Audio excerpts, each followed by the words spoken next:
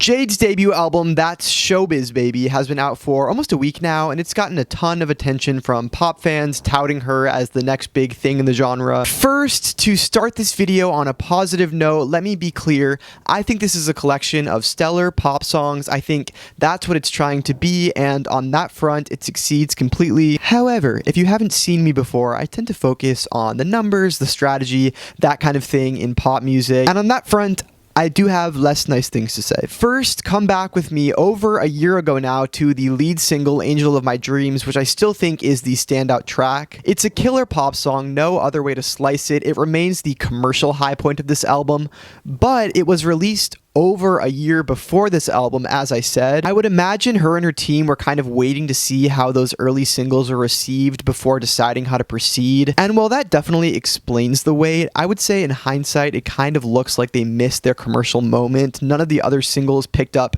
even half as much momentum as that one did, nor has the album. And to be fair, this kind of like synth dance pop sound isn't super popular right now, at least like on the charts in the US. It tends to do better in the UK, in Greater Europe, where Jade is from, where Little Mix was much bigger. This album debuted at number 3 there. It was number 3 on the Apple Music charts, number 5 on iTunes there. So definitely like not a bad performance there. Also not like a killer one, but like a decent debut for sure. On the other hand, it's not projected to debut in the top 20 in the US. And I am American. I can just speak for that perspective. But I really don't know that I see her happening anymore in the US. Something is just not quite clicking here. Even looking at the album cover, I'm not sure what it tells me about Jade. And same with the branding for the singles, it's kind of all over the place. Maybe that's what she's kind of getting at with the title, like I can be all these different things, like Angel of Your Dreams, It Girl, like I can play all these different roles. It's kind of theatrical. You hear that in the music too. There's like a theatrical element, which also feels very British in a way. And that's all good, fine. I guess I can kind of like maybe see the thought process there, but as an audience member, it's hard to really find something to grasp onto. Even with the music, again, I think it's good, but it's not very distinctive. The credit list here too, it's just like a random generator of like pop writers and producers, again, which is not necessarily a bad thing,